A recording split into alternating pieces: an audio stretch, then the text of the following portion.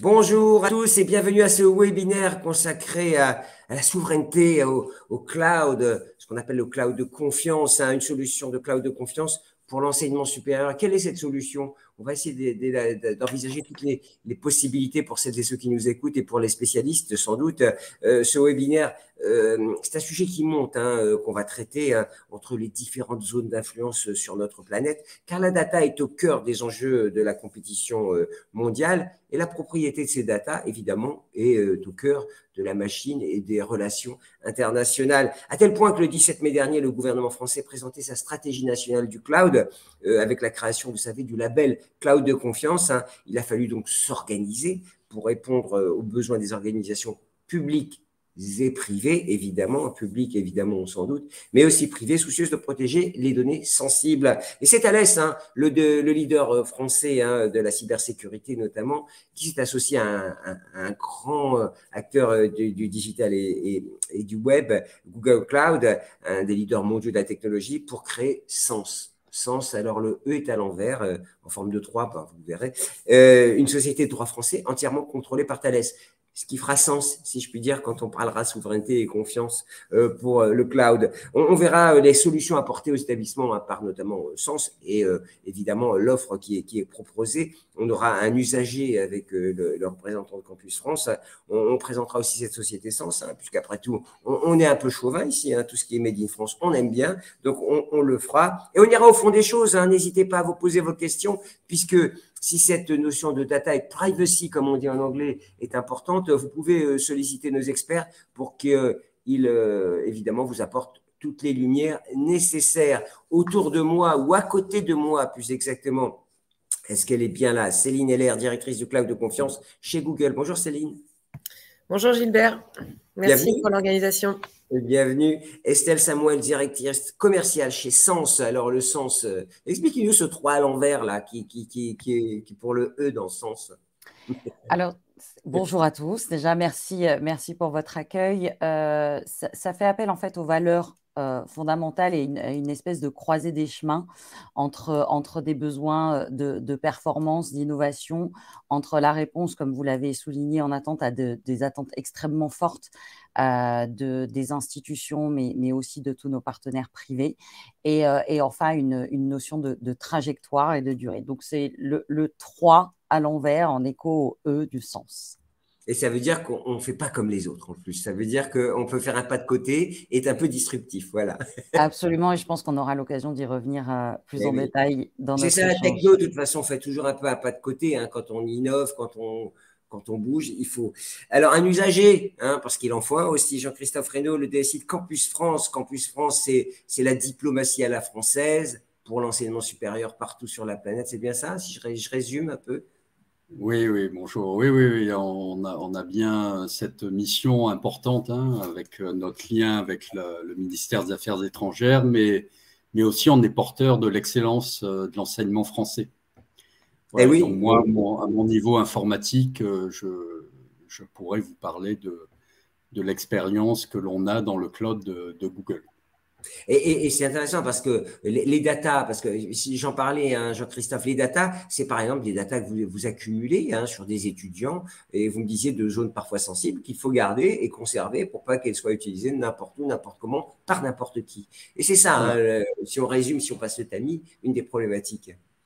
Voilà, tout à fait. Donc après, on rentrera peut-être un petit peu dans les modalités, mais c'est vrai que la partie référentielle, donc les datas, elles sont chez nous, elles sont sur site, donc on a des outils legacy, des outils historiques qui permettent de gérer la mobilité des étudiants. Donc, ce qu'on a mis dans le cloud de Google, c'est l'application avec des échanges, mais disons que la gouvernance de la donnée, la sauvegarde, elle reste quand même à notre main. Donc, on est dans une approche hybride.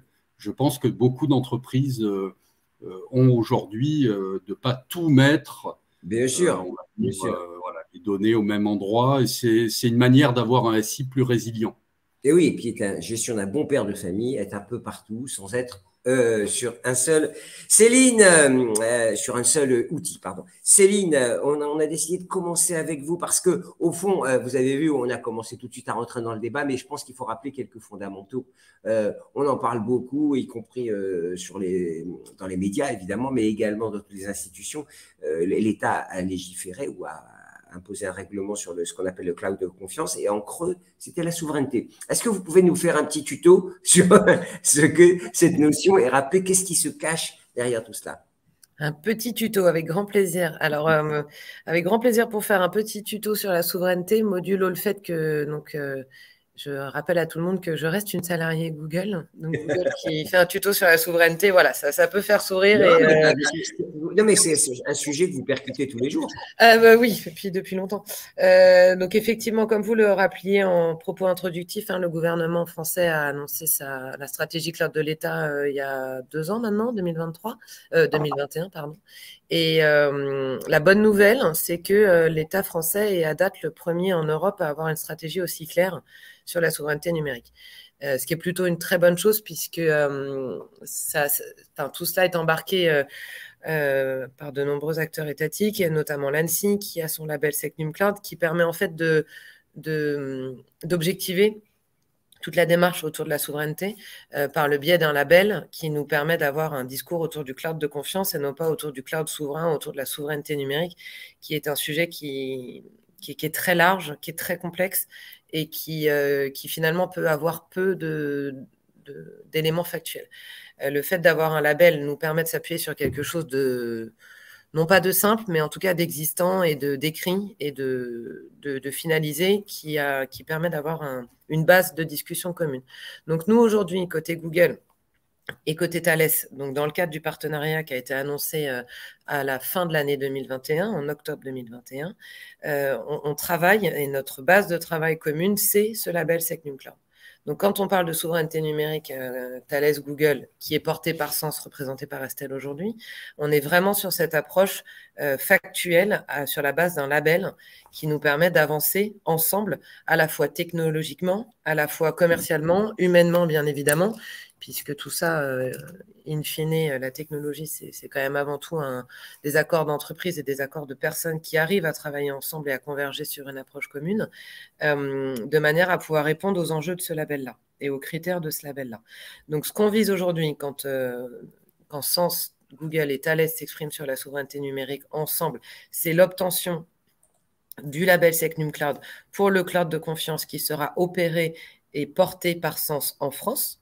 Donc, Sens deviendra un cloud provider avec une offre qui sera opérée, portée, commercialisée, etc., par Sens. Et Google Cloud sera un fournisseur et un partenaire technologique de cette offre-là. Mais le cloud provider sera bien Sens. Ça, c'est extrêmement important à savoir dans l'approche. C'est vrai que c'est parfois confus, Céline, à chaque fois. Et même moi, j'avoue modestement qu'on parle du Google, du Cloud Act, du Patriot Act. Est-ce qu'on mélange un peu tout au fond? Non, jamais. Pas du tout. Non, mais après, ce sujet est quand même extrêmement complexe.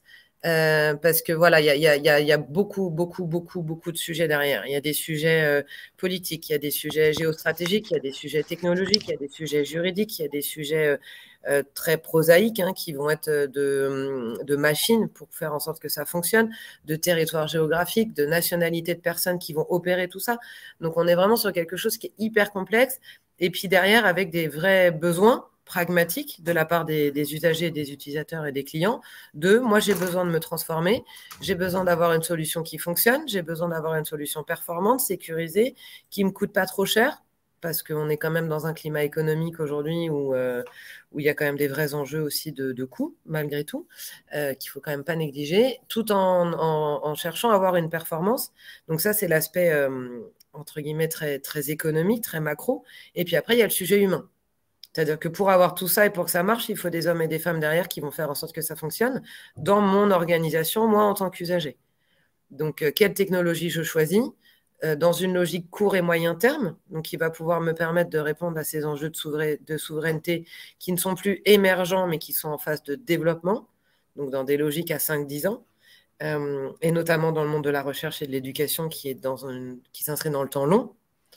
Et ça, on en est quand même tous très conscients aussi.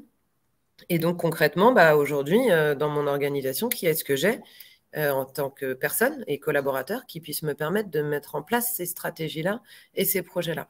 Et ça, c'est des vrais sujets aussi sur lesquels on travaille beaucoup avec Sens pour se dire, aujourd'hui, une organisation qui va faire un choix dans une stratégie court-moyen terme, qui va devoir embarquer un cloud de confiance parce qu'il y a une régulation associée derrière et de la donnée qui est qualifiée comme étant sensible aujourd'hui, comment je fais maintenant pour être prêt demain avec une technologie qui est en train d'être développée, mais en même temps, la nécessité de mettre de tout démarrer, de mettre le pied à l'étrier et d'avoir les personnes qui vont pouvoir me permettre de le faire dans le temps. Et en fait, l'approche qu'on a avec Sens aujourd'hui, enfin Google Thales Sens, c'est de dire la racine technologique du cloud qui sera opérée par Sens sera très proche, voire identique à celle de Google.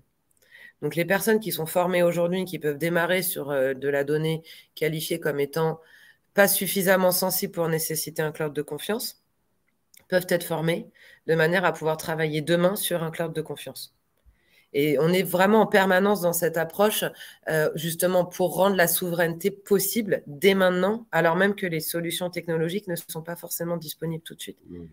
Juste, Céline, une petite question pour conclure, et pardonnez-moi cette question de béotien, voire de non-technicien. C'est plus une option, le cloud. C'est ce que quand j'en parlais. Alors, travaillant chez Google Cloud, je vais évidemment vous répondre. J'en parlais avec Jean-Christophe. Ce que je veux dire, c'est que la transformation passe par le cloud. Ouais. On n'imagine plus des grosses machines au sous-sol, réfrigérées. On n'imagine plus ces investissements massifs. C'est un peu cette idée, cette évolution que j'aimerais. Alors, en fait, un, c'est pas une question de béotien du tout. Deux, c'est pas une question technique du tout parce que c'est un vrai sujet de transfo et c'est un vrai sujet d'organisation et de stratégie. Et ensuite, nous, ce qu'on voit aujourd'hui, parce que, bon, sans vous raconter ma vie, mais en fait, avant de travailler sur les sujets de souveraineté digitale, moi, j'ai travaillé 3 ans avec les acteurs de la sphère publique chez Google Cloud. Donc, en fait, à commencer à pousser des sujets de transformation auprès des acteurs de la sphère publique quand on s'appelle Google en France. Donc, hyper intéressant. Plutôt difficile, mais on a réussi à faire plein de choses sympathiques avec un certain nombre de clients qui nous ont fait confiance et que je remercie encore au passage. Maintenant, la réalité, effectivement, c'est qu'aujourd'hui, en fait, le cloud, à un moment donné, il y a quand même des machines informatiques qui tournent. Ce qu'on voit, c'est que tout ce qui est choix on-prem, ça génère des coûts qui sont des coûts d'investissement pour les organisations. Ça génère des coûts humains pour manager et maintenir ces machines-là. Il y a une logique de temporalité parce que aujourd'hui, on voit bien que les délais pour obtenir les machines se rallongent énormément parce que la chaîne de production des serveurs informatiques, elle est de plus en plus large et on sait tous très bien pourquoi. On s'inscrit dans un contexte économique et géopolitique qui est compliqué. Et puis après, il y a des sujets de sécurité. On voit aussi que les cyberattaques se développent plus ces derniers mois, ces dernières années. C'est un sujet qu'il ne faut plus ignorer. Mais en fait, côté acteur du cloud, et ça, c'est pas que Google qui le dit, c'est quelque chose qui se... Nous, on en est convaincus et l'ensemble des acteurs autour de notre écosystème également, c'est qu'on voit le cloud qui est en train de devenir une commodité. Et il y a un parallèle qu'on est capable de faire qui est assez intéressant, c'est de dire qu'il y a un siècle, tout le monde avait ses billets de banque dans son bas de laine, sous son oreiller. Aujourd'hui, tout le monde met l'argent dans la banque et ne se pose plus la moindre question de la cohérence et de la pertinence qu'il y a derrière. Quand on regarde les chiffres là, des banques mondiales, on est un peu inquiet là. Oui, mais bon, après, c'est des logiques conjoncturelles aussi, mais on voit bien le mouvement de fond et il y a le même sujet sur l'électricité. Il y a un siècle, chaque usine produisait sa propre électricité. Et on s'est bien rendu compte que en fait, ça n'avait pas de sens d'un point de vue industrialisation. Donc, on est sur des approches assez similaires pour le cloud, où aujourd'hui, le cloud n'est pas encore une commodité, est en train de devenir, pour répondre à votre question, est-ce que le cloud aujourd'hui est encore une question? La réponse est oui, ça peut encore l'être, mais ce qu'on est en train de voir, c'est que c'est en train d'être considéré de plus en plus comme étant une commodité, avec des acteurs dont c'est le métier, qui ont un certain nombre de forces qui font leur job. Et aujourd'hui, on ne va pas confier son argent à quelqu'un qu'on va croiser dans la rue. Ouais. Ça va être à peu près la même chose pour la donnée. Maintenant, la question, c'est quelle sensibilité autour de ma data et de quel type de cloud j'ai besoin pour répondre à cette sensibilité qui évolue dans le temps. Parce qu'on voit aussi qu'une donnée sensible en 2020, ce n'est pas une donnée sensible en 2023. Et ça ne sera très probablement pas une donnée sensible en 2028.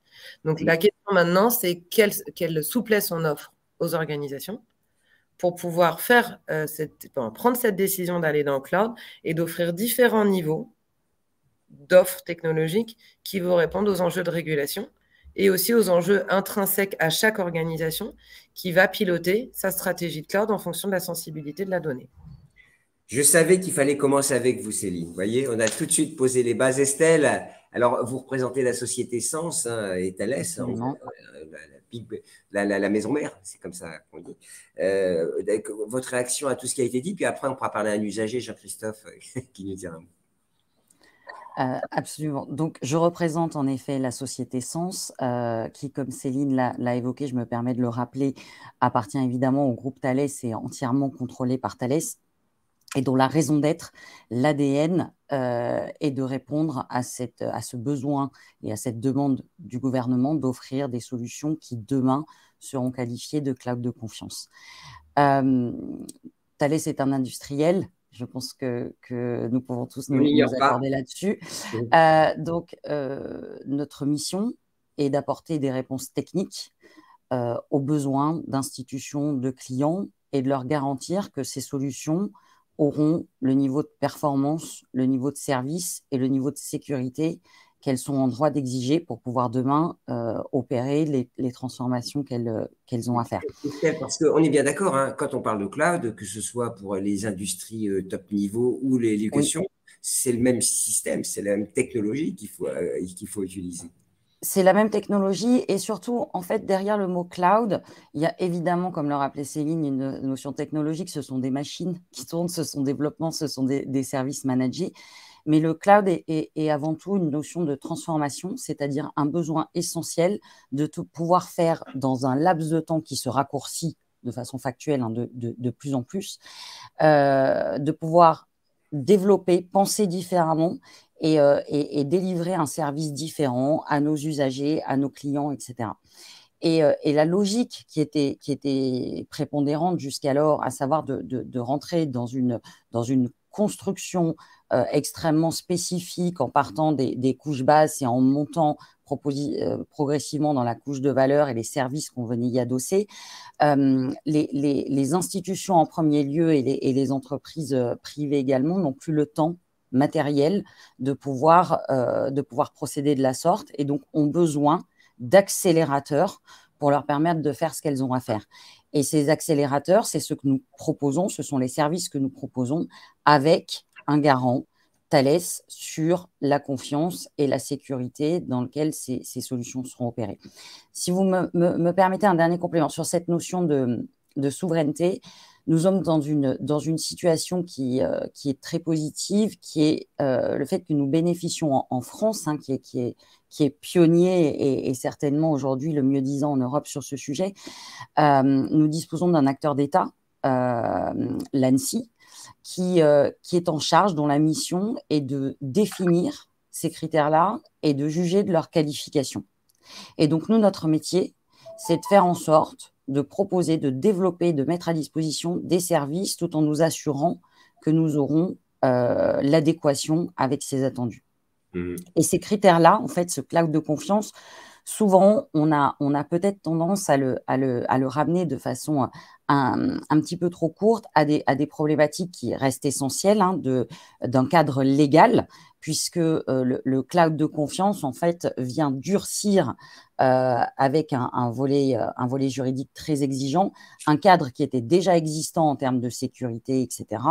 Et donc, le fait que les infrastructures qui se prétendent demain cloud de confiance doivent être hébergées en Europe et doivent appartenir et être détenues et être opérées par une société européenne détenue majoritairement par des acteurs européens. Et donc, en fait, ce cloud de confiance, c'est ce volet légal, mais c'est bien au-delà de ça.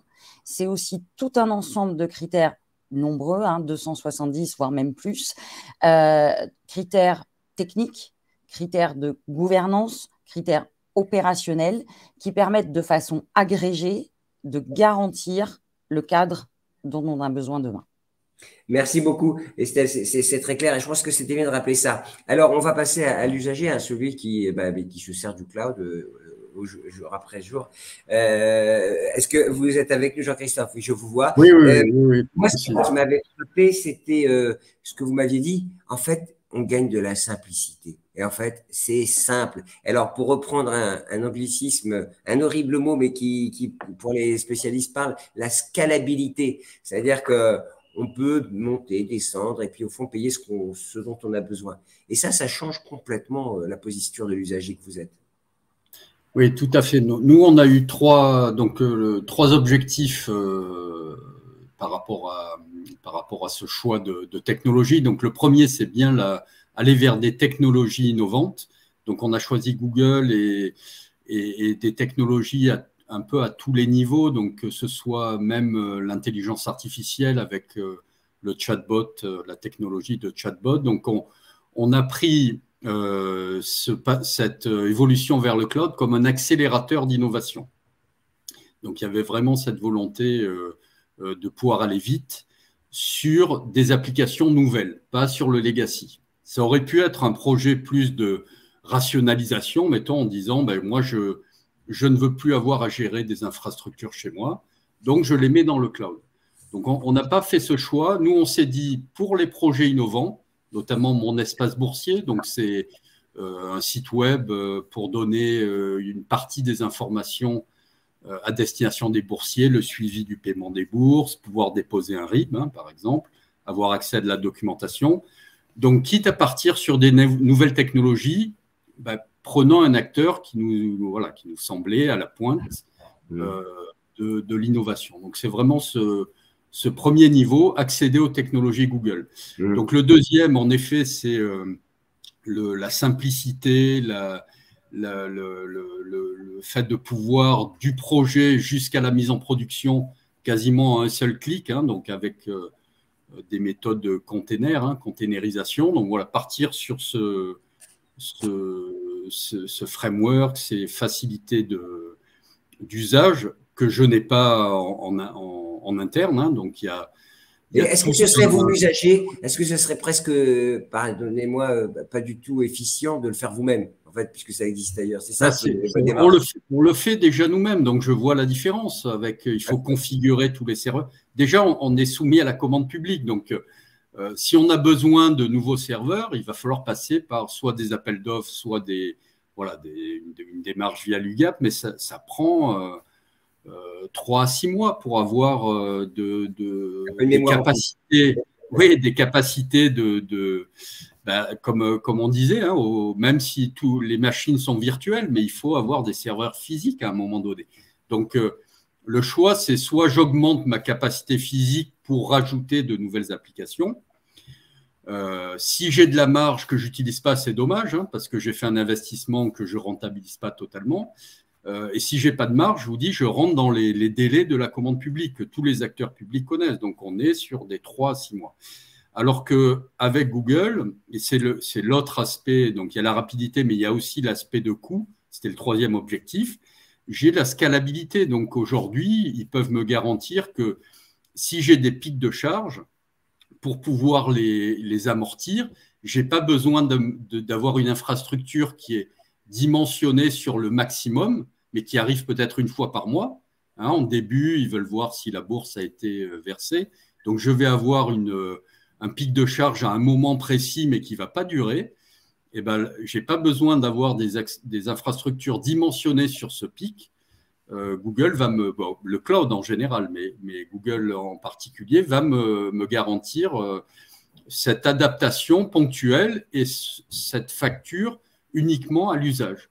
Donc, il y a vraiment la technologie, la simplicité d'utilisation, et puis le coût, le côté optimum au niveau des coûts. Et juste une question. Pardon, laisse finir, c'est pardon. Non, mais voilà, si on veut expliquer, voilà. Après, on est très à l'écoute. C'était pas une contrainte le côté cloud souverain qu'on s'était imposé, qui s'impose pas à nous, mais par contre, ça faisait partie de de la décision de capitaliser. Ça aurait pu rester, on a commencé en 2019, hein, et on est en production depuis l'année dernière seulement, hein, donc c'est quand même assez récent. Mais on a choisi de le mettre comme cible technologique pour toutes les nouvelles solutions qu'on met en œuvre. C'était important de savoir qu'il y avait cette possibilité à court terme d'aller vers ce cloud, SecNumCloud, cette sécurisation, labellisation. Peut-être que l'ANSSI va imposer petit à petit aux différents acteurs publics. Vous voyez, ce n'est pas le cas aujourd'hui. Oui, je vois bien. C'est important pour nous. Ouais, ben on va suivre, hein, c'est le réglementaire. Estelle, quand on préparait, vous me disiez, on accompagne la transformation. Alors, nous, on a fait une conférence sur le cloud, un webinaire sur le cloud. Rappelez pourquoi ça transforme tout, en quelques mots. Alors, un des premiers éléments, c'est celui que vient de rappeler Jean-Christophe, c'est-à-dire que les logiques de travail et de préparation des projets sont radicalement différentes. Donc là, on parle de compétences effectivement techniques, mais également de gouvernance. Donc, c'est la capacité à travailler de façon beaucoup plus transverse en partant d'un besoin, un besoin métier, et ensuite de construire une trajectoire de delivery dont les fondamentaux sont radicalement différents, et surtout la capacité de passer à l'échelle et l'échelle de temps va être beaucoup plus accélérée.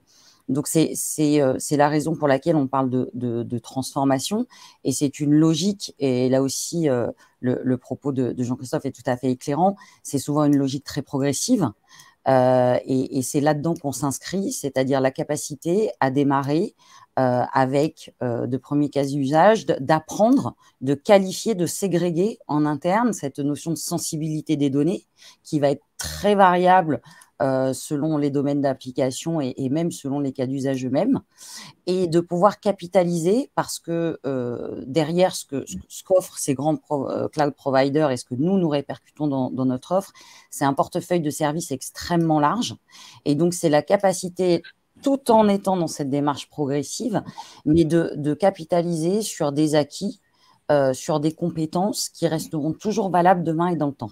Céline, ce qui est intéressant, c'est qu'on parle de serveurs, c'est-à-dire d'entrepôts, hein, où on peut entreposer des cartons de mémoire, mais également des services. Hein, c'est ça, je me souviens que j'avais parlé du cloud avec un gros opérateur plutôt dans l'industrie, et on peut mettre des solutions, y compris avec des usages de très haute technologie, loin de chez soi sur le cloud. C'est ça aussi, c'est peut-être ça cette idée de transformation, puisqu'on déplace y compris des services qu'on gérait jusque-là en interne. Absolument. En fait, il y a plusieurs manières d'appréhender les choses autour du cloud. C'est qu'il y a l'aspect très, très infrastructure, donc de dire j'ai mes serveurs et j'utilise la puissance informatique pour stocker de la data ou des applications. Voilà, quelque chose de très simple, qui est vraiment très, très, très, très basique, très infra. Et il y a une approche plus transformative, c'est-à-dire quel impact ça a au-delà d'un aspect financier et sécurité pour mon organisation de pouvoir utiliser ce qu'on appelle des services managés. Donc, par exemple, qu'est-ce que je vais faire avec ma donnée ? Aujourd'hui, et notamment dans le monde de la recherche et de l'éducation supérieure et de l'enseignement supérieur, il y a quand même beaucoup de choses qui impliquent de la donnée, qui impliquent de la puissance de calcul, qui impliquent un certain nombre de processus qui nécessitent de la puissance de calcul informatique pour pouvoir aller au bout des recherches, des questionnements posés, etc. Et Google Cloud travaille d'ailleurs beaucoup avec un certain nombre d'instituts de recherche européens pour pouvoir mettre à disposition la puissance de calcul et les solutions technologiques associées afin de pouvoir collaborer et contribuer quelque part à l'avancée de la recherche. Et aujourd'hui, les technologies cloud autour de la data notamment, elles vont pouvoir permettre de faire des analyses de calcul massives en temps réel, ce que vous disiez être scalable, c'est exactement ça. C'est de dire, j'ai une entrée massive d'informations qu'il faut que je traite, mais qui est absolument pas linéaire.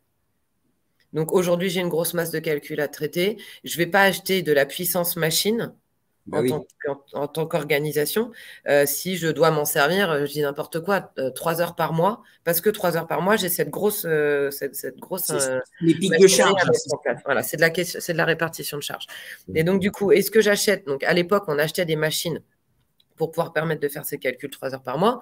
Aujourd'hui, on a la possibilité d'aller piocher de la puissance existante d'infrastructures, mais pas uniquement. On a également, en tant qu'organisation, la possibilité de quelque part de louer, en fait, d'utiliser, donc c'est de la facturation à l'usage, ce qu'expliquait très bien Jean-Christophe, de dire, bon, bah, aujourd'hui, moi, j'ai besoin de ça, tel jour, telle heure.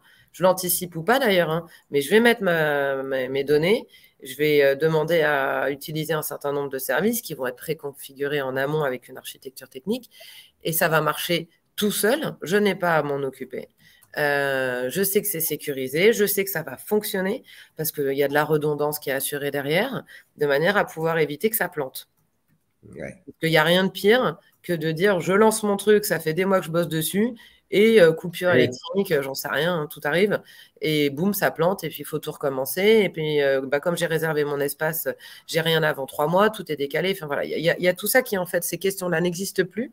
Donc, ça permet de se concentrer sur son propre métier, qui est celui de faire de la recherche, et non pas de se préoccuper de comment je vais pouvoir mener à bien mes calculs. Et ça, c'est quelque part pousser cette possibilité et ce besoin à des gens dont c'est le métier, c'est-à-dire par exemple nous. Et demain, Sens avec le cloud de confiance. Donc, tout ça, et en fait, c'est très métier.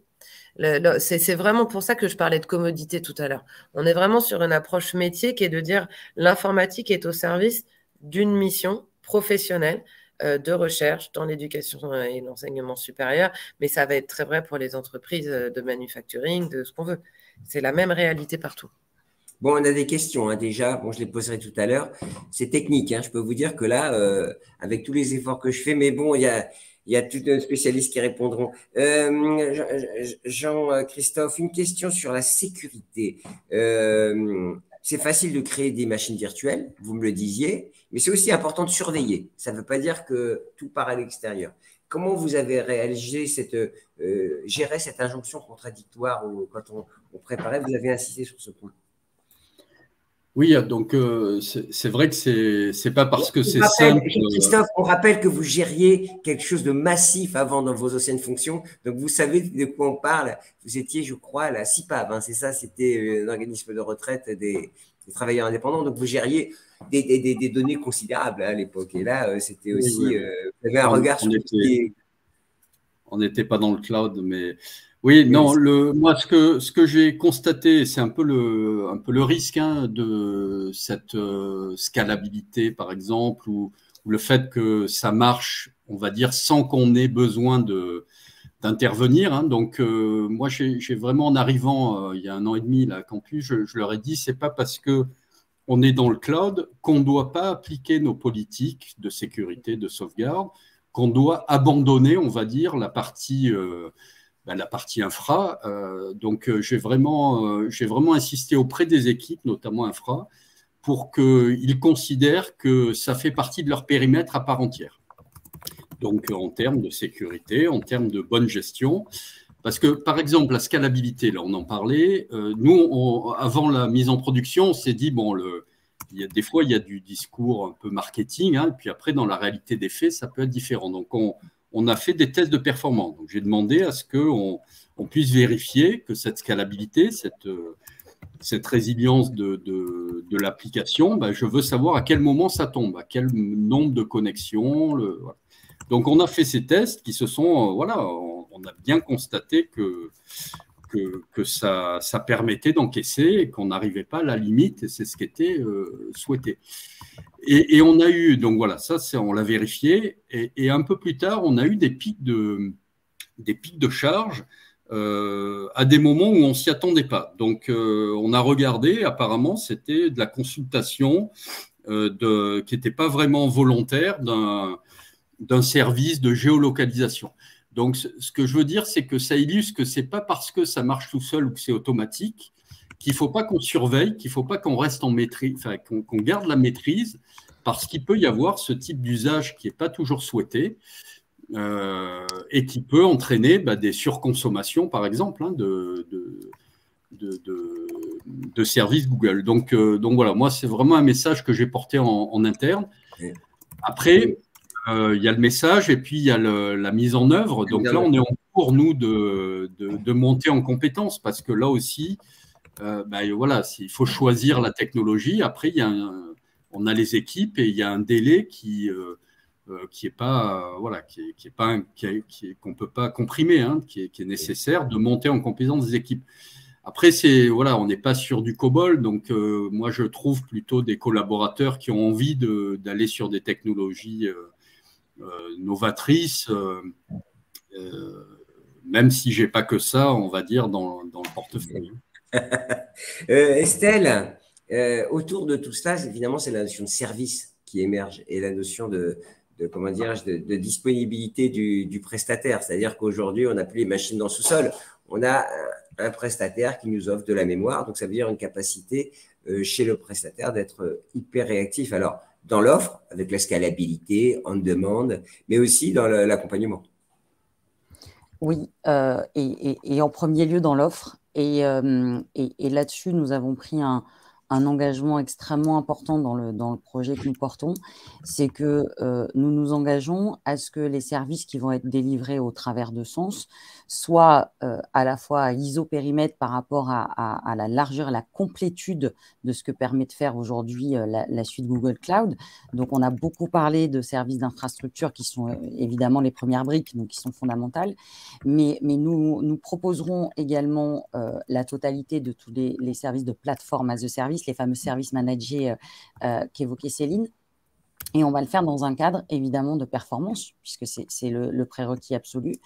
Et donc, nous nous engageons à proposer à nos clients, au travers de Sens, le même niveau de performance dont ils disposent aujourd'hui sur la suite GCP publique.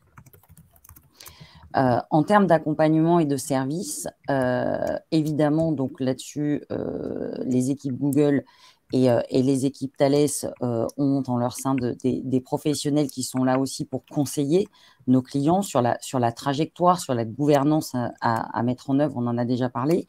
Et nous travaillons aussi, et c'est une volonté très forte hein, de notre part, avec un écosystème qui est aujourd'hui extrêmement large, un écosystème d'intégrateurs, un écosystème d'éditeurs que nous allons aider à accélérer dans leur propre démarche intrinsèque de labellisation et de qualification SecNumCloud pour permettre en fait à tous les acteurs de pouvoir bénéficier de cette valeur globale et transverse dans leur projet.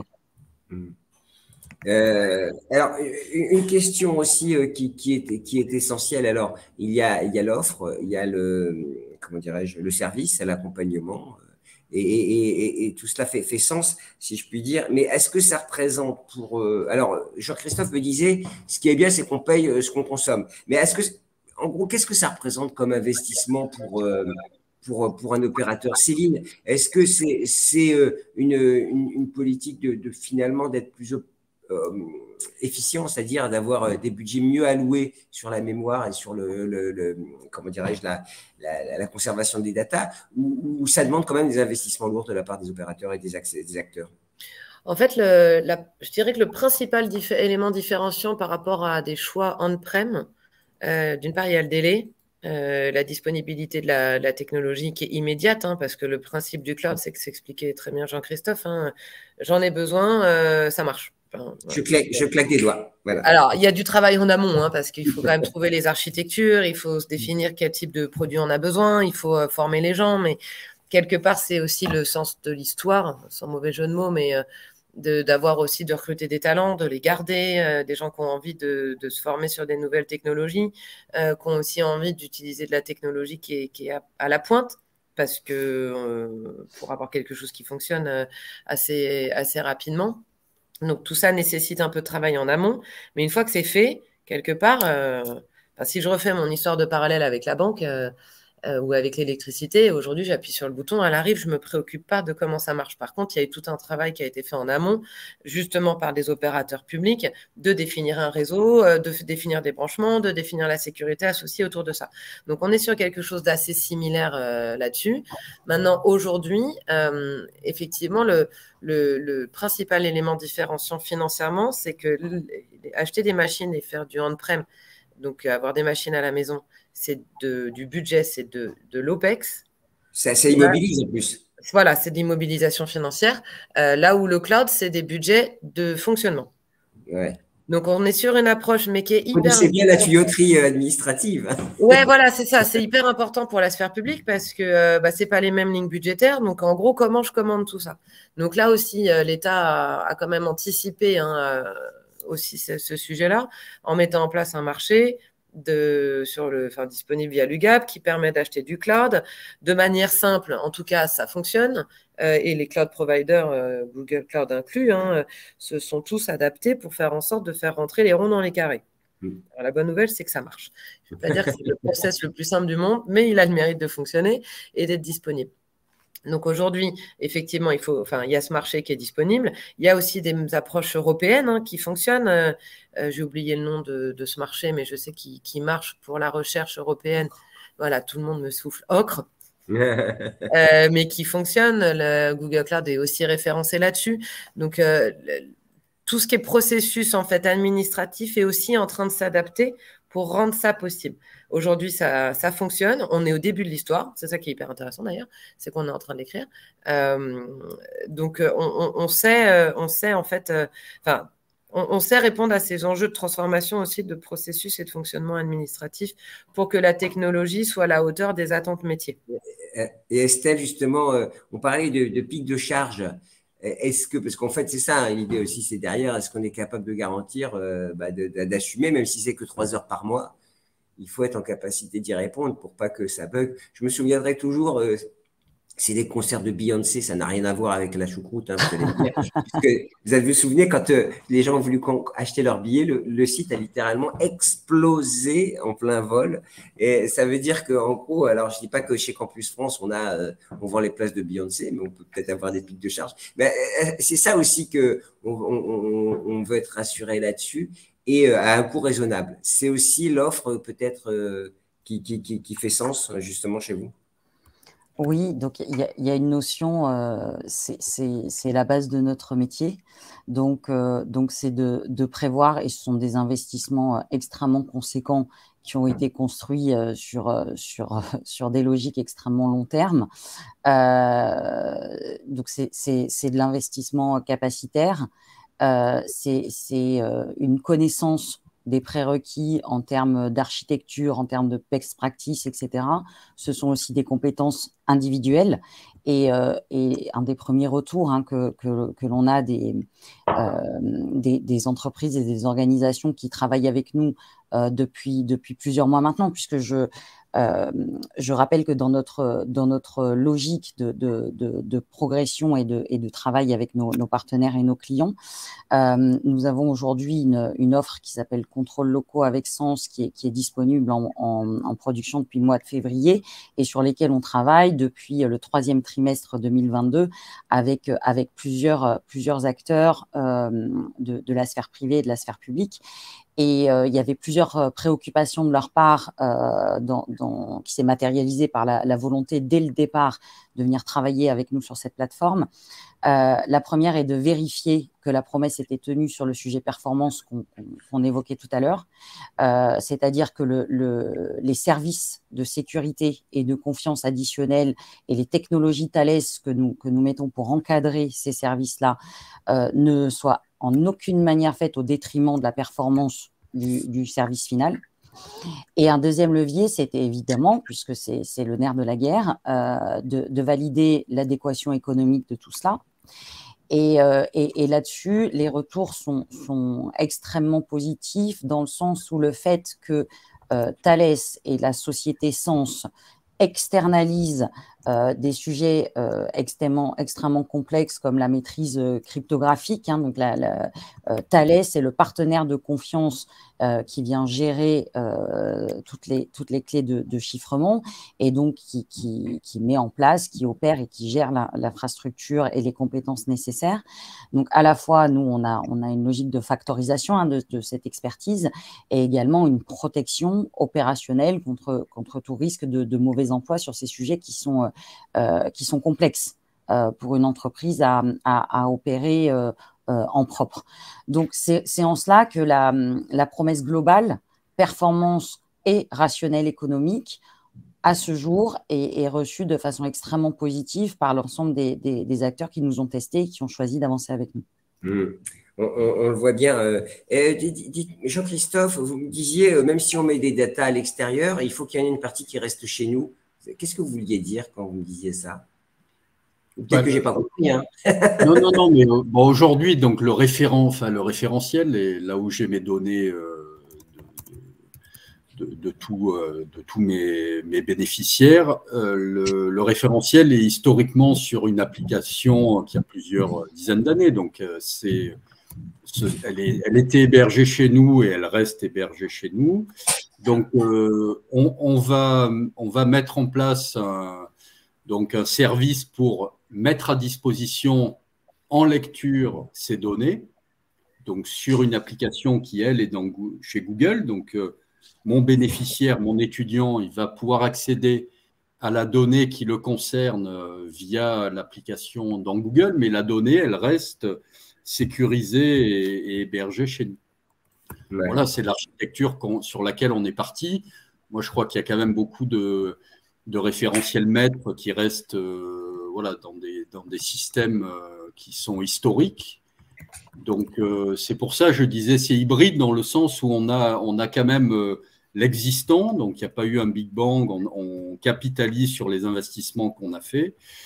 Mais pour aller vite sur des applications à jour qui correspondent à ce qui se fait et à ce que les étudiants notamment expérimentent par ailleurs, hein, on utilise le cloud. Donc voilà, après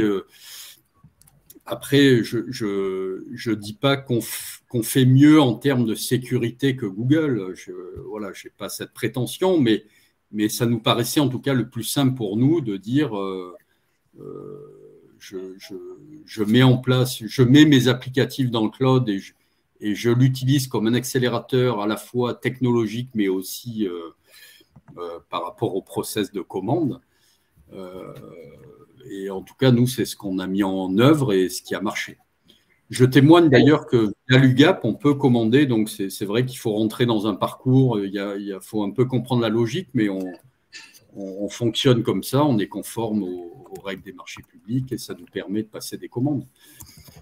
Mais l'argent, il vaut mieux, hein. Il vaut mieux être conforme aux règles, hein, je vous le dis tout de suite. Ah ben oui, non, mais je n'allais pas dire l'inverse. Mais... Je donne un conseil. Hein.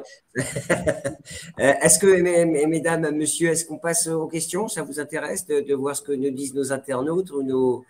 Alors, on commence par la première. Allez, on y va. Alors, c'était une question parce que Estelle Sens est contrôlé à 100% par Thales, mais Google est actionnaire. Ben oui, c'est une entreprise à deux, hein, mais le contrôle est assuré. Je réponds à votre place, pardonnez-moi, Estelle. Non, je vous en prie, c'est parfait.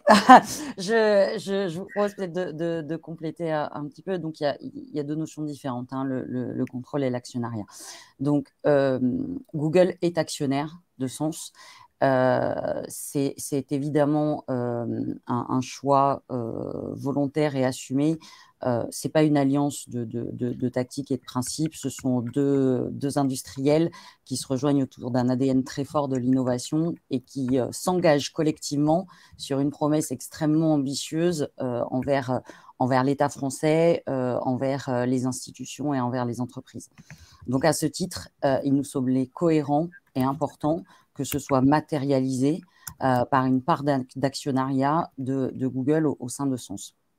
Cet actionnariat est extrêmement minoritaire et très limité.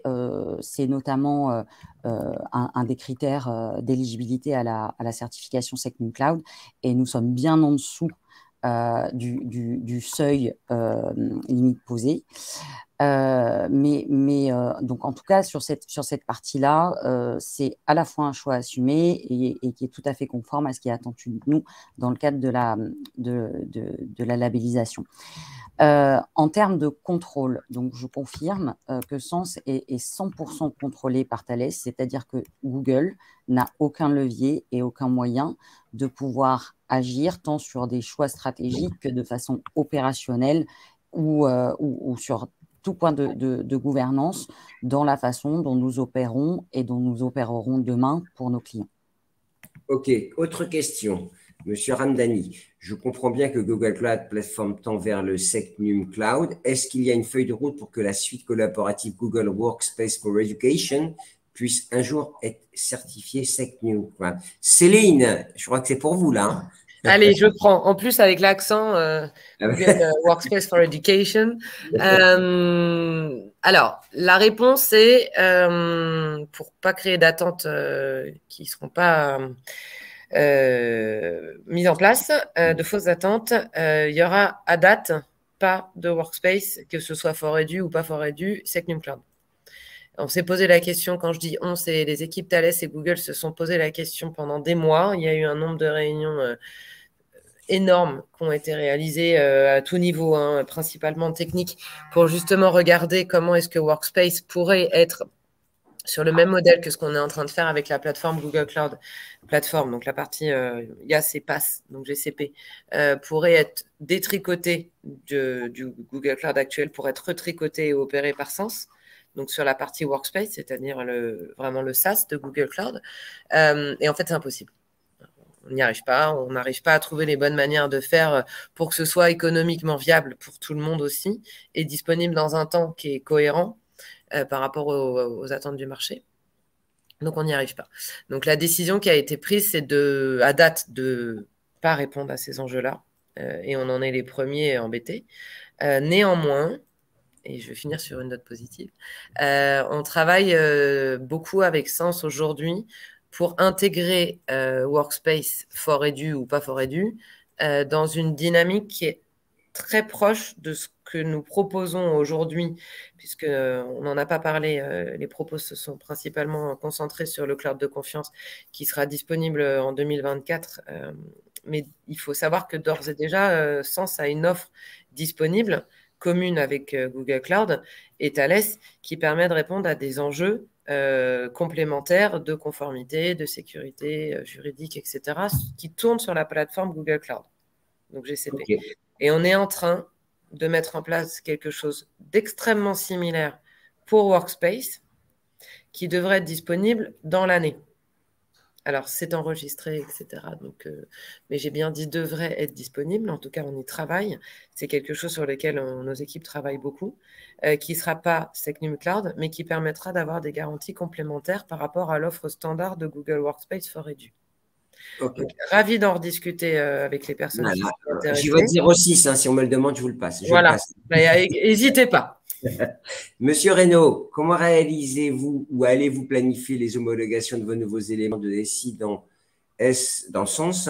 Pour ce faire, avez-vous un cadre contractuel permettant d'auditer l'environnement de vos nouveaux SI ou éléments de SI? Alors là, il y a un décret, bon, je vous laisse qui est cité en référence. Oui. Non, mais comme je disais, pour nous, c'est important qu'on ait cette perspective, mais rien n'est engagé aujourd'hui. On est en phase de monter en compétences déjà par rapport à GCP, à la plateforme GCP. Comme je vous disais, on est en production depuis juillet de l'année dernière, donc on est vraiment dans cette logique, mais pour l'instant, rien n'est défini, rien n'est planifié. Ok, on continue. Vous pouvez intervenir, Estelle et Céline, si vous voulez. Alors, quelle est l'approche de Sens? Là, c'est pour vous, Estelle, du coup. Concernant le Cloud Out, j'en parlais tout à l'heure, et le Patriot Act, les traitements sont-ils garantis d'être européens? Et Schrem 2, alors je ne sais pas ce que c'est Schrem 2, là, vous allez me dire, c'est des trucs hyper techniques. Alors, donc, dans la fameuse stratégie cloud de l'État, Céline le rappelait, je pense, dès l'introduction, il y a 3 piliers. Le premier est l'introduction d'un label donc d'une certification officielle qui s'appelle Cloud de confiance et dont un des premiers moteurs est d'apporter la protection nécessaire contre l'application potentielle de lois extraterritoriales, celle qui est la plus connue et la plus souvent opposée étant le Cloud Act. Donc pour rappel, hein, le Cloud Act, c'est une injonction envers tout acteur américain sous demande d'un juge de pouvoir mettre à disposition des données qui sont en sa possession. Donc le fait que Sens, qui portera cette certification et le label Cloud de confiance, soit une société 100% française, 95% française, détenue par Thales, que les employés, le support, puisque donc, nous allons faire toutes les opérations et le support, évidemment avec du personnel Sens en Europe. Donc tout ceci protège de fait, par construction, contre l'application de ces lois extraterritoriales. D'accord. C'est votre réponse? Sauf s'il y a une question complémentaire et si on souhaite que j'aille plus loin. Non, mais parce mais sur le Cloud Act, c'est la réponse. Okay. Et encore une fois, c'est pas ma réponse, c'est celle de l'ANSSI. Et donc, ce sont les garanties qui sont posées et qui sont demandées pour pouvoir être demain à l'abri de l'application de telles contraintes. Merci Estelle. Alors, vous avez marqué, je marche sur des œufs quand il y a des questions comme ça. C'est pour ça que je vous demande, avez-vous tout dit? Est-ce votre dernier mot, comme dirait l'autre? Alors oui, Vincent Carpier. Alors je peux savoir, Vincent, il n'y a pas de copie des données vers Google, sinon quid de la résilience, Céline? Alors, il n'y a pas de copie vers Google. Alors, en fait, pour la partie cloud de confiance, hein, donc la partie plutôt demain, le principe opérationnel de comment les choses vont fonctionner à date, c'est que c'est Sens qui va opérer la région, cloud de confiance. C'est Sens qui va gérer les mises à jour que Google va envoyer. Donc, il va y avoir une forme de... je reprends mon parallèle avec la banque, je suis assez contente là. Mais globalement, la région de Sens va être similaire à un coffre-fort. Et il y aura tout un tas de cadenas en amont qui vont être opérés par Sens et qui vont contrôler, donc les opérateurs de Sens que mentionnait Estelle, vont contrôler les mises à jour qui vont être poussées par Google technologique. On est bien sûr un partenariat technologique, hein, c'est bien une joint venture. Donc le principe, c'est que Google va collaborer avec Sens pour pouvoir mettre à jour la technologie de manière à s'assurer, parce qu'en fait, ce qu'on ne veut pas, et c'est l'une de nos promesses, et l'un de nos enjeux et de notre engagement, c'est d'avoir une technologie cloud de confiance qui soit moins disante ou en retard par rapport à la technologie du cloud public. Et ça, pour nous, c'est extrêmement important parce que ça fait vraiment partie des attentes des clients. Et donc, du coup, le principe, c'est que Google va envoyer les mises à jour, coffre-fort opéré par Sens, qui contrôlera. Et suite à la mise en place de ces contrôles et aux résultats, alors les mises à jour seront disponibles dans le cloud opéré par Sens. Donc, il n'y aura pas de copie des données vers Google, puisqu'en fait, il n'y aura pas de sortie.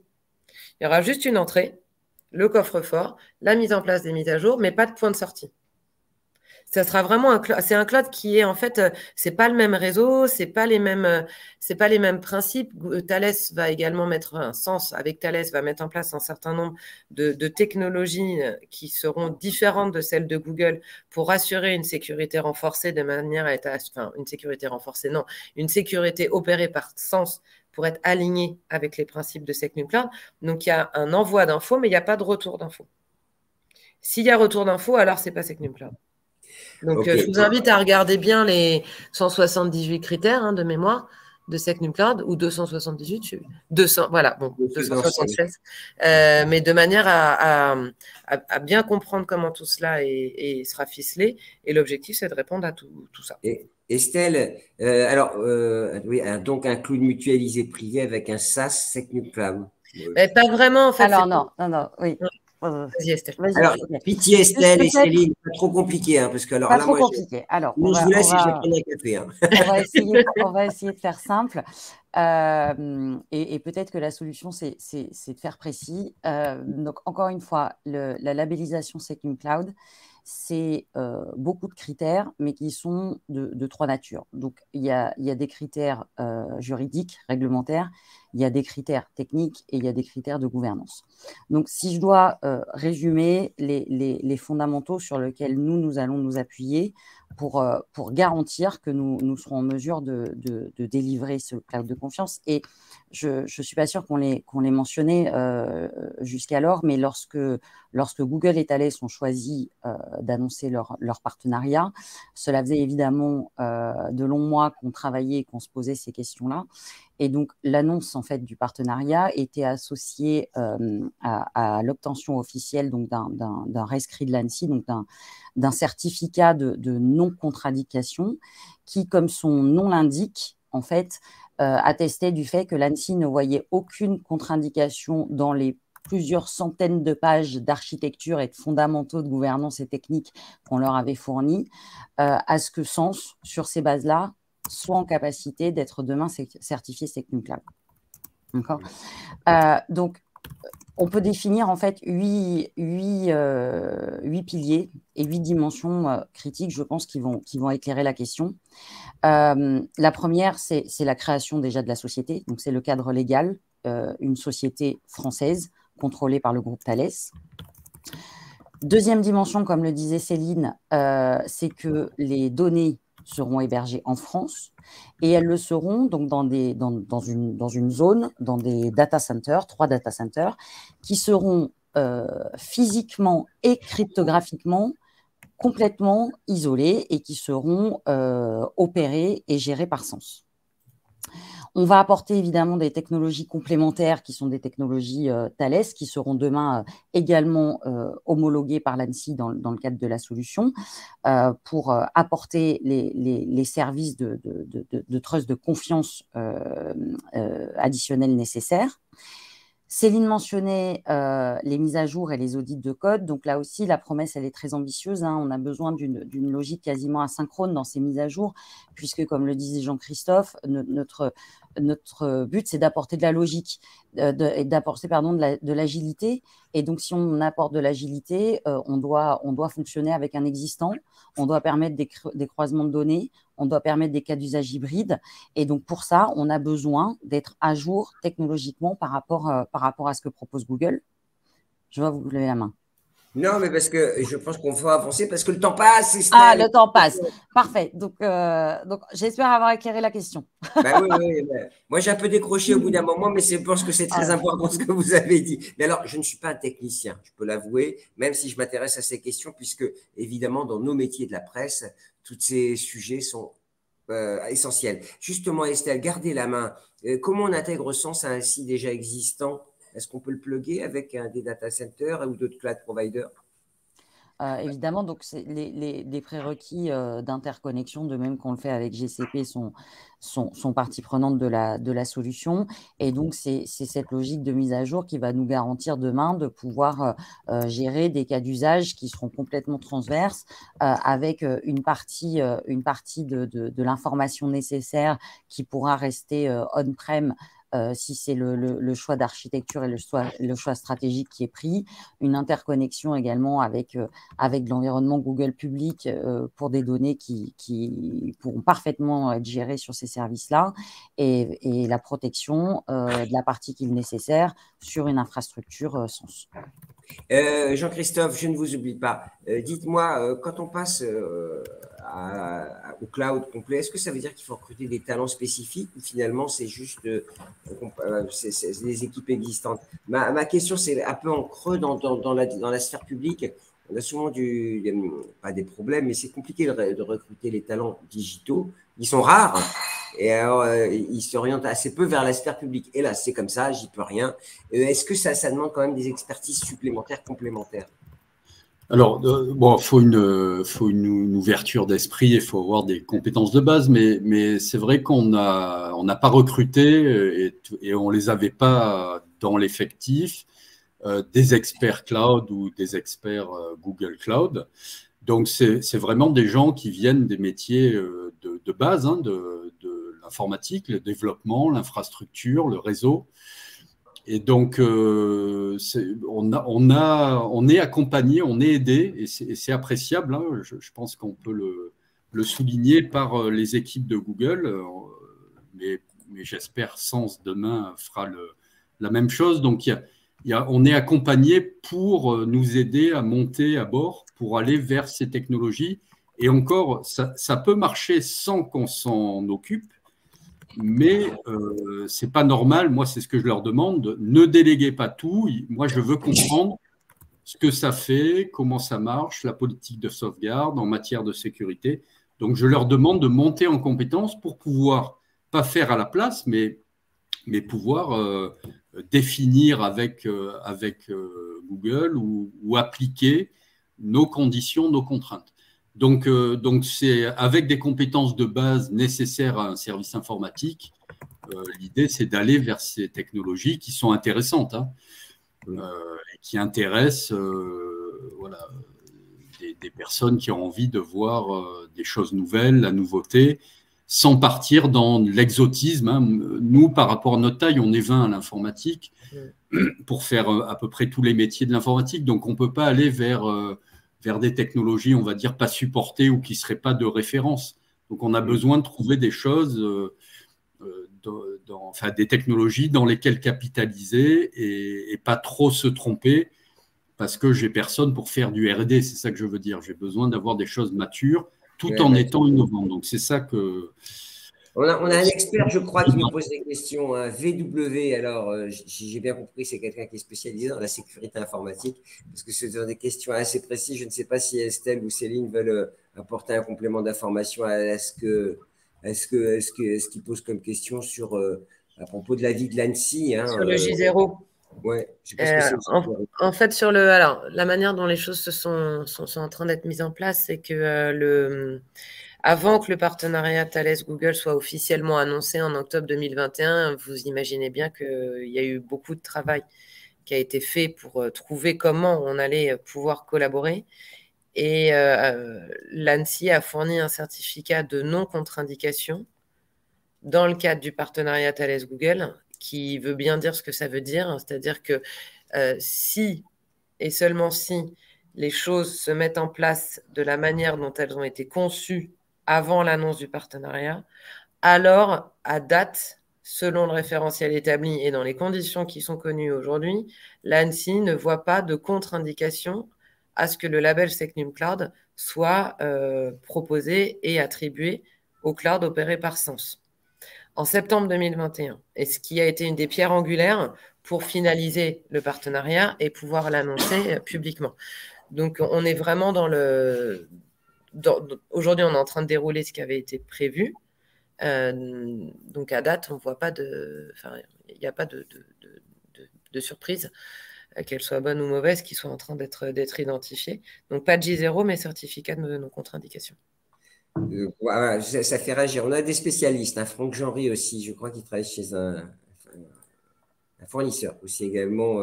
Il parle des concurrents. Les concurrents, ils font leur vie, j'imagine. Je ne sais pas, quid de vos concurrents, Bleu, Numpost.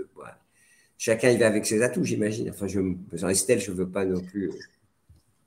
Non, encore une fois, nous sommes un industriel, donc notre but, c'est d'apporter une solution technique à des problèmes des clients, et c'est là-dessus qu'on se concentre. Évidemment, d'autres acteurs s'engagent, ou en tout cas avec la même promesse. Moi, je ne peux pas trop me prononcer sur Bleu aujourd'hui, parce que on connaît finalement assez peu de cette offre-là. Le fait est que Sens est la première société qui a été créée de façon effective, ce qui nous permet aujourd'hui déjà d'avoir une offre disponible, je le rappelais tout à l'heure, et également de construire et de recruter tous les opérateurs qui demain vont contribuer à la solution cloud de confiance qui sera disponible en 2024. Ouais. Juste un dernier mot, Jean-Christophe, Céline, parce que là, on est à 1h10, voilà, on avait dit 1h10, 1h15, c'est parfait. Céline, Jean-Christophe, d'abord, est-ce que vous allez accélérer sur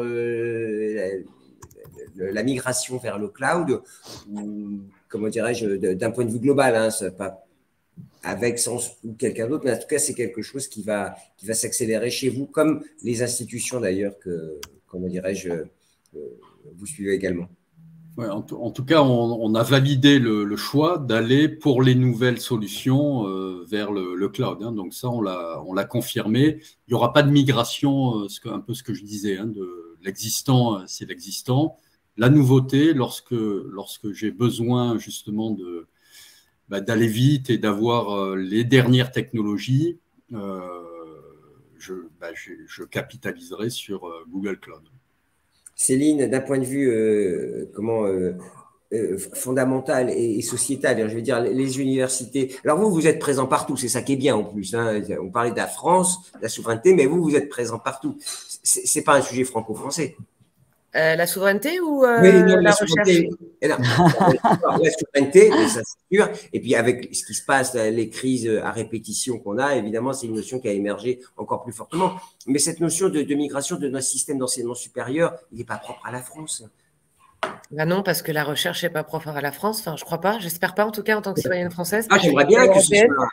Mais non, en fait, aujourd'hui, donc déjà, je vais remercier Jean-Christophe parce que ça me semble quand même extrêmement important de la confiance qu'il nous témoigne.